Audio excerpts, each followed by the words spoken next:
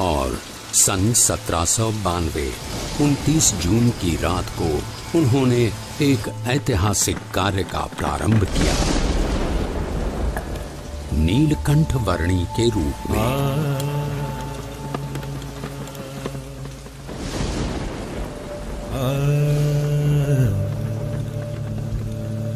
इस संसार के सारे बंधनों को त्याग कर अनंत जीवों के कल्याण के द्वार खोलने के लिए नीलकंठ वर्णी चल पड़े एक अद्वितीय कल्याण यात्रा पर।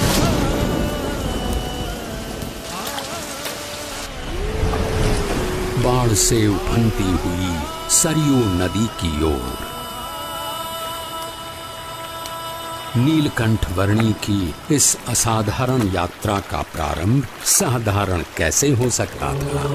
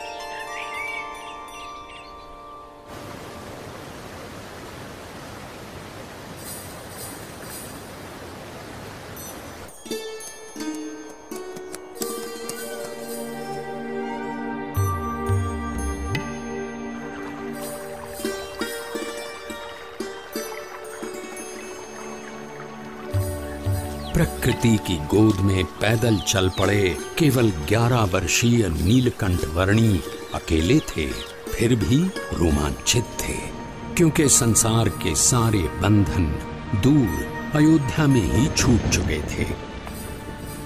जैसे जल की बूंदें जल में ही मिलकर रह जाती हैं, वैसे ही वे मुमुक्षुओं के बीच रहना चाहते थे।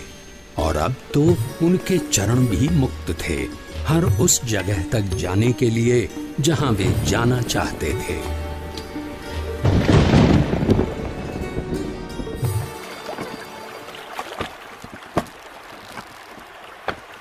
अमरपुर गांव की धरती पर सूर्योदय तो हर रोज की तरह हुआ था, पर आज वहां के लोगों को कुछ अधिक प्रकाश मिला।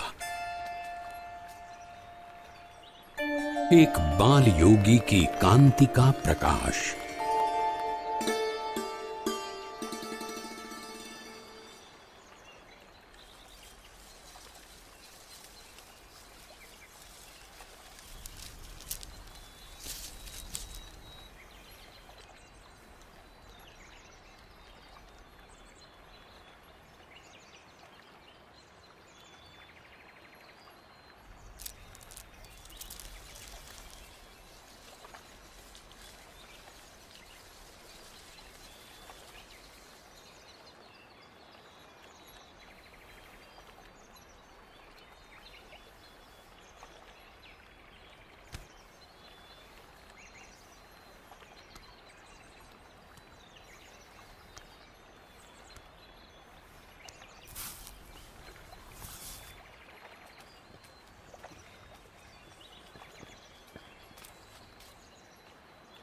प्रसाद के लिए धन्यवाद। अब मुझे आगे जाने की अनुमति दीजिए। बालयोगी, अगर आप लंबी यात्रा करके आए हैं तो आज के दिन यहीं रुककर विश्राम करके जाइए। अभी तो मेरी यात्रा आरंभ हुई है और मुझे बहुत लंबी दूरी तय करनी है। जैसा आप उचित समझे।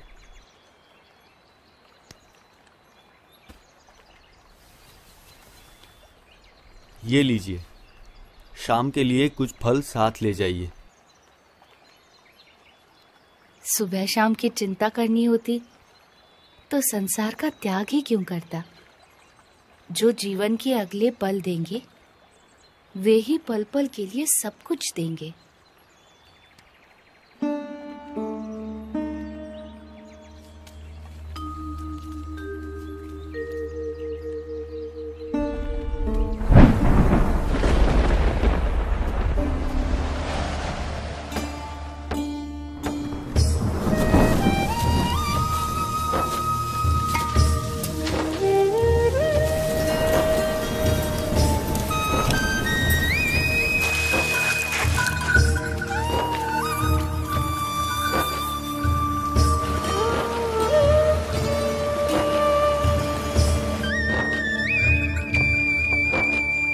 यहाँ के लोधेश्वर महादेव मंदिर का निर्माण महाभारत काल में राजा युधिष्ठिर ने करवाया था, ऐसा माना जाता है।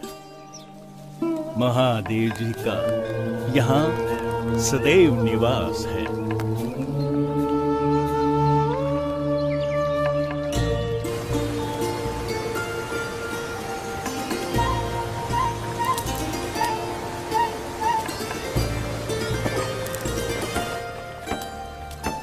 निडर, निशंक और निश्चल गति से अविरत यात्रा कर रहे नीलकंठ वर्णी की जीवन शैली एक योगी की परिभाषा को जैसे उन्नत कर रही थी। जो कुछ भी भोजन मिले उससे निर्वाह कर लेना उनकी आदत बन चुकी थी। एक ब्रह्मचारी की तरह आसन मुद्रा में ही निद्राधीन होना उनका नियम बन चुका था और मुमुक्षुओं की खोज में चलते रहना उनका नित्य क्रम।